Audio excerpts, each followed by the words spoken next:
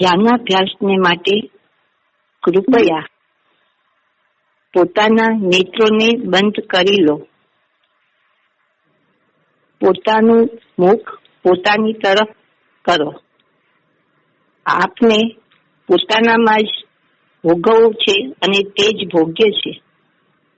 પર પદાર્થને ભોગવવું યોગ્ય નથી. મસ્તકથી પગ સુધી પોતાનો જ વિસ્તાર છે. આ આપ છો. આ આપનું દ્રવ્ય છે. આપનું અમૂર્ત શરીર છે. જેવું પણ પોતાનું સ્વાસ્થ્ય છે, આરામરૂપથી યા વેદના રૂપથી, એને જ આપને ભોગવવાનું છે.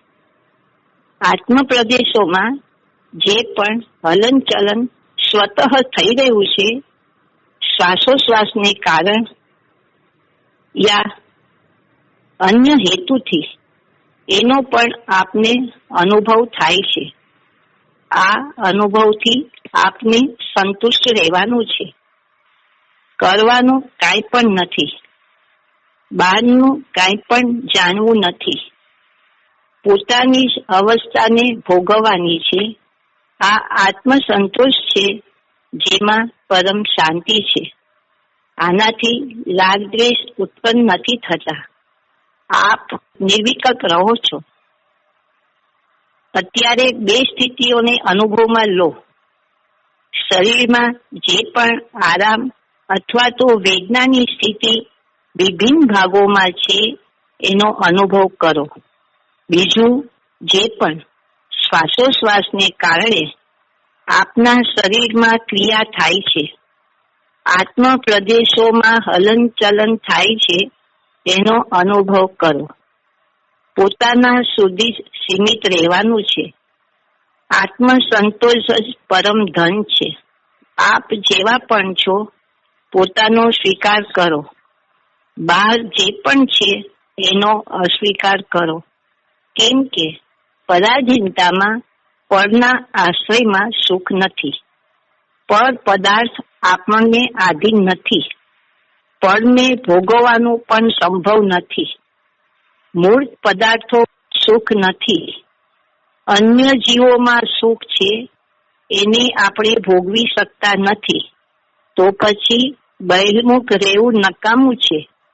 તે એક અનસ્ત દંડરૂપ ચેષ્ટા છે. નકામાં જ પોતાને દંડ દેવો છે. બહિર્મુખતા નકામી છે. કશી જ પ્રાપ્તિ થતી નથી. રેતીમાંથી તેલ કાઢવા જેવો નકામો ખોટો પ્રયત્ન છે. જ્યાં તેલ હોય ત્યાં તેલને માટે પ્રયત્ન કરવો યોગ્ય છે. સુખ પોતાનામાં છે તો પોતાના સન્મુખ રહેવું જ યોગ્ય છે, પરમાં નહીં. તો પરના સન્મુખ રહેવું પણ યોગ્ય નથી. સ્વસન્મુખ રહેવું એ જ મોક્ષ માર્ગ છે. સ્વસન્મુખ રહેવામાં પોતાના સ્વાસ્થ્યની સ્થિતિ અનુભવમાં આવે છે. કોઈ ભાગોમાં શ્વાસોશ્વાસ ક્રિયા અનુભવમાં આવે છે. સ્વાનુભવ રૂપ રહેવું જ યોગ્ય છે. આ યોગ છે, આ ચારિત્ર છે, આ ધર્મ છે. સુખી થવાનો આ માર્ગ છે. ધર્મના નામ પર અનેક વાતો કરવામાં આવે છે, પરંતુ ધર્મ એટલો જ છે કે આપણે પોતાના અભ્યંતર શરીરની સન્મુખ રહીએ. ત્યાં જે પણ સંવેદના મળે છે, જે પણ અનુભવ થાય છે, એનાથી સંતુષ્ટ રહીએ. તે સંતોષ જ આપણને પરમાત્મા સુખ આપે છે. જ્યારે આવે સંતોષ ધન, ત્યારે ધન ધૂલી સમાન. ત્યારે પોતાને જ પામીને જ આપણે સંતુષ્ટ રહીએ છીએ, પછી મોક્ષ દૂર નથી. આનાથી આપણે કર્મબંધનથી મુક્ત થઈએ છીએ. પોતાની સન્મુખ રહીએ છીએ તો પરમાનંદ દૂર નથી. કેમ કે આપણે સુખના સ્ત્રોતની સન્મુખ થઈ ગયા છીએ. પરાશ્રય રૂપ સંસાર માર્ગને આપણે છોડી દઈએ છીએ. જે પદાર્થ આપણા નથી એનો આશ્રય કરવો લોકમાં પણ સારું કહેવામાં આવતું નથી. પોતાની વસ્તુ પોતાનું અભ્યંતર શરીર છે, એને જ ભોગતા રહેવું એ ધર્મ છે. લોકમાં પણ પોતાના ઘર જેવું પણ હોય એમાં રહે તો કોઈને કોઈ એતરાજ થતો નથી. આપણે પોતાના ઘરમાં નિશંક રહી શકીએ છીએ. જીવ પોતાની સન્મુખ રહે છે તો નિરઅપરાધ રહે છે, વિતરાગ રહે છે, પરમ શાંતિને ભોગવે છે. પોતાના ધ્યાનને પોતાના પેટના ભાગ પર લઈ આવો. અહીં સ્વતઃ પેટ ફૂલે છે અને સંકોચાય છે, એને મહેસૂસ કરો, અનુભવો. આપને કાંઈ પણ કરવાનું નથી. જે ક્રિયા પેટમાં સ્વયંમેવ થઈ રહી છે તે આપના પેટની સન્મુખ થવાથી પણ અનુભવમાં આવી રહી છે. નાસિકા ભાગ પર આવો. અહીંયા પણ શ્વાસોશ્વાસ ક્રિયાને કારણે આત્મ પ્રદેશોમાં હલનચલન થાય છે, એને આપણે સ્વતઃ અનુભવ થાય છે. અનાદિથી આપણે વિભિન્ન પ્રકારના શરીર ગ્રહણ કર્યા છે અને છોડ્યા છે, પરંતુ શ્વાસોશ્વાસ ક્રિયા વગર આપણે કદી પણ રહ્યા નથી. દરેક સાંસારિક પ્રાણીમાં શ્વાસોશ્વાસ ક્રિયા જોવામાં આવે છે. તે પશુ પક્ષી હો, મનુષ્ય હો યા શુદ્ર જંતુ હો, બધામાં આ ક્રિયા જોવામાં આવે છે. આપણે અંતર્દૃષ્ટિ કરીએ તો આ ક્રિયા આપણા કોઈ ભાગોમાં અનુભવમાં આવે છે.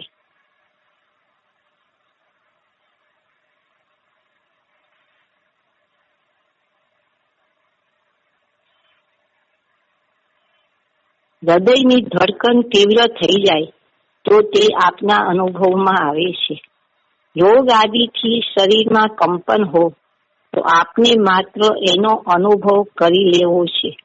જો તાવ હો તો શરીરમાં તાપનો અનુભવ થાય છે, એને આપને બસ અનુભવ કરી લેવાનો છે. એવું જ શરીરના કોઈ ભાગોમાં વેદના હોવી સંભવિત છે. મસ્તકમાં, નેત્રમાં, પેટમાં, પીઠમાં, ઘૂંટણોમાં અથવા તો અન્ય ભાગોમાં વેદના હોય તો એ વેદનાનો આપણે અનુભવ કરી લેવાનો છે. પોતાની સન્મુખ રહીને જે પણ કંઈ આપમાં થઈ રહ્યું છે એને માત્ર ભોગતા રહો, એના અનુભવ કરવા વાળા રહો. જીવની પાસે કાંઈ પણ કરવાનું વાસ્તવમાં ભાર છે જ નહીં. જેવું પણ કંઈ આપમાં થઈ રહ્યું છે અને અંતર્દ્રષ્ટિથી અનુભવમાં આવી રહ્યું છે, બસ એ અનુભવ સુધી જ પોતાને સીમિત રાખવાનો છે. એનાથી આગળ નથી વધવાનો. એમાં પરિવર્તન કરવાનો પ્રયત્ન નથી કરવાનો. પરિવર્તન કરવાનો પ્રયત્ન કરશો તો બહિર્મુખતા થશે, પરાશ્રય થશે અને આપ માર્ગથી ભ્રષ્ટ થશો.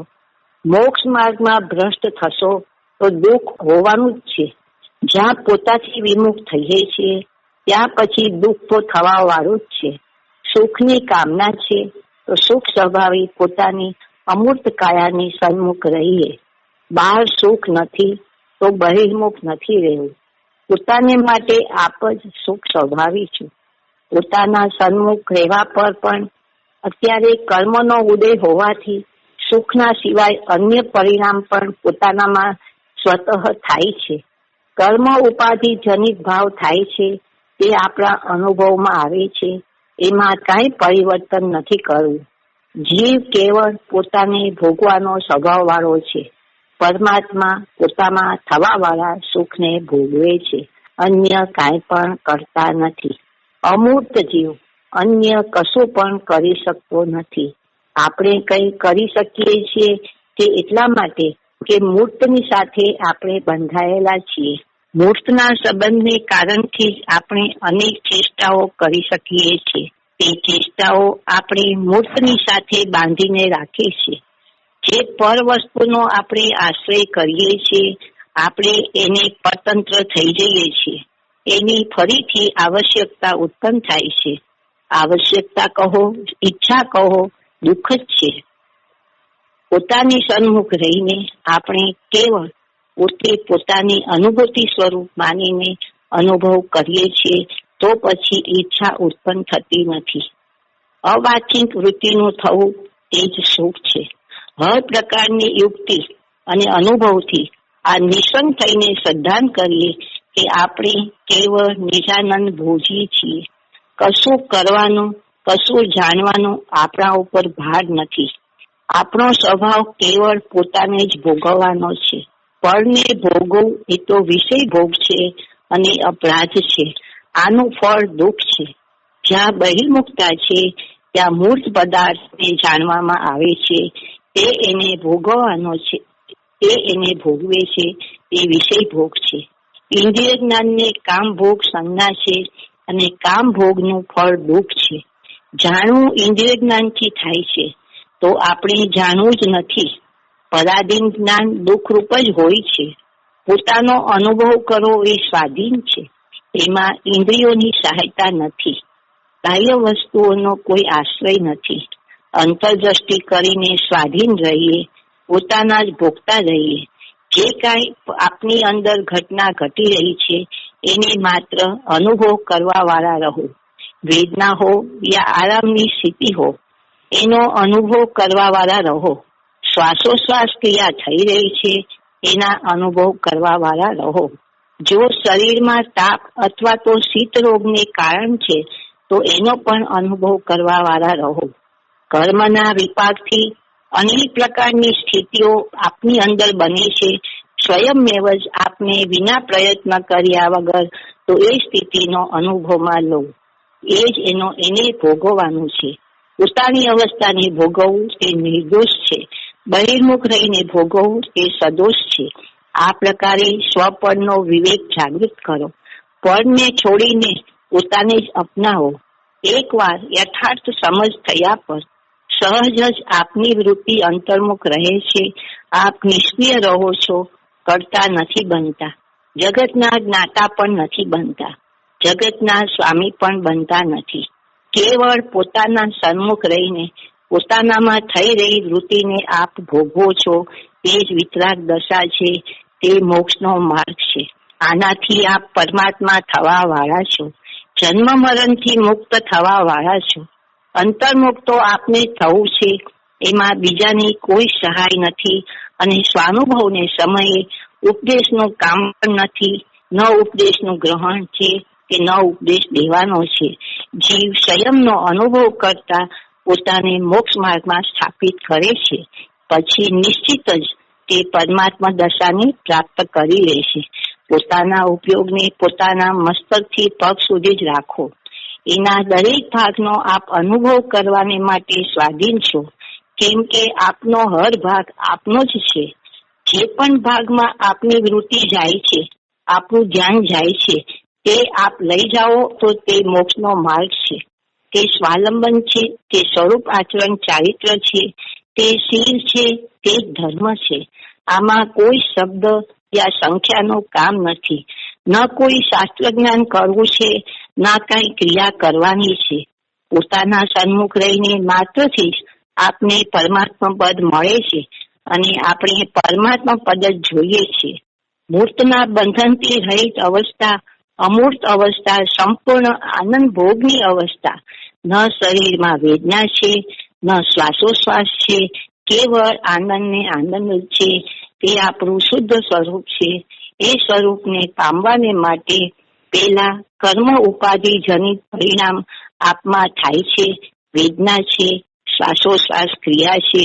રોગ આદિને કારણથી શરીરમાં કંપન આદિ હો, વિના જ ઇન્દ્રિય જ્ઞાનથી પોતાના સન્મુખ થવાથી અનેક પ્રકારના અસ્વાસ્થ્યની દશાઓ અનુભવમાં આવે છે. તે અનુભવમાં કાંઈ પણ ફેરફાર કરવાનો નથી. કર્મ આપણને અનેક રૂપ દેખાડે છે.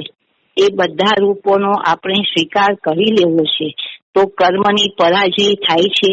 કર્મ આપણા બંધનને છોડી દે છે. આપણે એમાં કઈ પણ છેડછાડ કરીએ તો કર્મ બળવાન થઈ જાય છે. જેવી રીતે જેલની અંદર જેલરની આજ્ઞામાં રહેવું ઠીક છે, અન્યથા જેલર દંડને વધારી દેશે. જે પણ સ્વાભાવિક સુખની અવસ્થા છે યા કર્મ ઉપાધિ જનિત અવસ્થા છે, એને કેવળ પોતાના અનુભવમાં લેવાની છે. અંતર સન્મુખ રહેવાનું છે. પળના જ્ઞાતૃત્વમાં, ભોગતૃત્વમાં, સ્વામિત્વમાં દુઃખ જ છે. પરમાં કરવાનું તો દૂર રહો, પોતાનામાં પણ કાંઈ કરવાનું નથી. કેમ કે જીવ અકળા સ્વભાવી છે. તે કેવળ પોતાની દશાને ભોગવે, પોતાનામાં જે પણ થઈ રહ્યું છે, જે સ્થિતિ છે એને કેવળ ભોગવે. સ્વયં પોતાને ભોગતા રહેવું એટલું જ ધર્મનું સ્વરૂપ છે. શાસ્ત્રની ભાષામાં એને સ્વસંવેદન કહે છે. સ્વસંવેદનમાં પોતાનામાં જે પણ સુખ દુઃખની અવસ્થા છે યા જો અન્ય કશું પણ ક્રિયા થઈ રહી છે એ બધાનો અનુભવ થવો તે સ્વસંવેદન છે. અને કાંઈ પણ કર્તૃત્વ નથી, કેવળ ભોગતૃત્વ છે, પોતાના જ ભોગતૃત્વ છે અને તે સ્વાધીન છે. ઇન્દ્રિયોના પ્રકાશના અન્ય કોઈની સહાયતા નથી. કોઈની સહાયતા લેવામાં આપણને બંધનમાં પડીએ છીએ. આપણો સ્વભાવ કોઈની સહાયતા લેવાનો નથી. પોતાના આશ્રયથી સ્વાધીન રહેવું છે. સહાયતાનો અર્થ જ પરાશ્રય છે. જ્યાં પરાશ્રય છે ત્યાં મહાન દુઃખ છે. સહાયતા લેવામાં પોતાનું સ્વાભિમાન નષ્ટ થાય છે. પોતાના સ્વાભિમાનને બનાવીને રાખો. પોતાના જ આશ્રયથી સુખદ જીવન સ્થાપન કરો. ન પર ચેતનનો, ન પર અચેતનનો, બંનેનો કોઈનો આશ્રય નથી કરવો. બાહ્ય પદાર્થોના આશ્રય કરવા તો દૂર રહો. જે એકમેક થઈને મૂર્ત શરીર મળ્યું છે એમાં જે ઇન્દ્રિયો છે, અનેક અંગોપાંગ છે, એના સહાયથી પણ કાંઈ કરવાનું નથી. આટલી મર્યાદામાં રહેવાનું છે. કેવળ અંતર સન્મુખ રહેવાનું છે. અને અંતર સન્મુખ થવા પર જે પણ કઈ ઉપલબ્ધિ થાય છે એને કેવળ આપણે સ્વીકાર કરવાની છે. એમાં કાંઈ પણ ફેરફાર કરવાનું તો દૂર રહો. ફેરફાર કરવાનું વિચારવું પણ નહીં. એને પોતાનો સ્વભાવ માનવો નહીં. પોતાના વિસ્તાર પર દ્રષ્ટિ ફેરવીને રાખીએ. પોતાનામાં જે પણ થઈ રહ્યું છે એનો નિષેધ નથી કરવાનો. અંતરદ્રષ્ટિમાં જે પણ કાંઈ આપને અનુભવ બની રહ્યો છે પોતાના વિભિન્ન ભાગોમાં એને યથાવત સ્વીકાર કરી લેવો છે. દરેક જીવની પોતપોતાની સ્થિતિ છે. દરેક પોતપોતાની સ્થિતિને ભોગવીને રહે. કોઈથી તુલના કરવાની નથી. અન્યને અન્ય પ્રકારે અનુભવ થઈ રહ્યો હોય, કેમ કે કર્મોનો ઉદય અનેક પ્રકારનો છે. આપણે પોતાનો અનુભવ કરવાનો છે. પરમાત્માને તો કાંઈ પણ વેદના નથી. શ્વાસોશ્વાસ ત્યાં નથી. આપણી સ્થિતિ અત્યારે એવી નથી.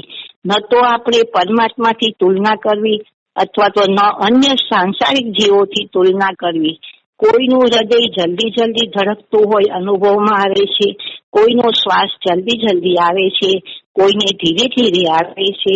કોઈના શરીરમાં વેદના છે અને કોઈને નથી.